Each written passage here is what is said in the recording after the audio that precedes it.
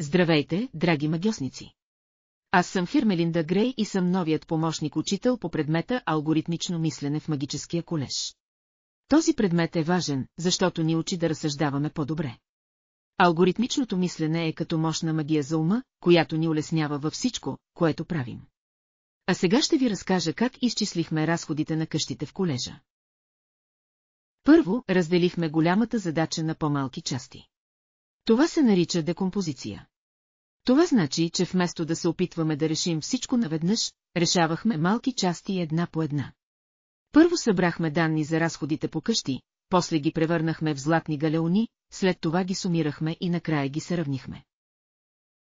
Фокусирахме се върху важните неща. Вместо да гледаме как са представени отчетите, например, дали на пламтящ пергамент или на змийска кожа, гледахме само числата и валутните курсове.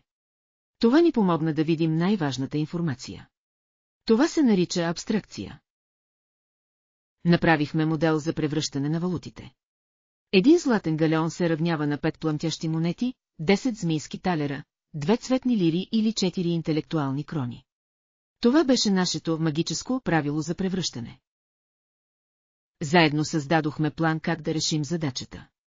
Той ни помага да знаем какво точно трябва да направим. Определихме ред на действията. Първо, събрахме данните. После преизчислихме разходите в златни галеони, сумирахме ги и накрая намерихме най-големия разход. Използвахме правила, за да вземем решения. Например, ако работим с пламтящи монети, използваме правилото за тяхното преобразуване в златни галеони. Това ни помогна да обработваме данните правилно. Повторихме действията 4 пъти, докато обработим всички данни. Това значи, че правихме едни и същи стъпки за всяка къща. Обмислихме и опитахме различни възможни начини за решение на задачата, за да сме сигурни, че в крайна сметка изпълняваме всичко по най-лесния и бърз начин. Това се нарича оптимизиране. Накрая проверихме дали направената от нас програма работи вярно.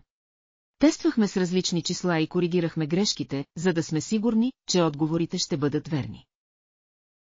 После показахме на уважавания магьосник Дърбълмур как да използва програмата, за да може да изчислява разходите на къщите в магическия колеж в бъдеще.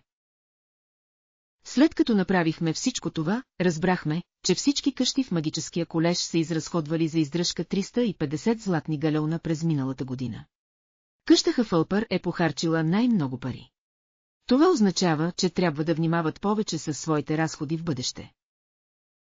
И така, алгоритмичното мислене ни помага да видим структурата и логиката във всяка задача, което е важно не само за магалите, но и за магьосниците. То ни помага да решаваме проблемите по най-добрия начин. Затова, мили бъдещи магьосници, нека изучаваме с внимание и да развиваме тези умения и да ги прилагаме за решаване на важните задачи в нашия живот. Надявам се, че този пример ви помогна да разберете колко важни са 9 ключови елемента на алгоритмичното мислене при решаването на сложни задачи. Благодаря ви, че ме изслушахте. Нека вашите магии и алгоритми бъдат винаги силни и точни. С най-добри пожелания. Хермелинда Грей.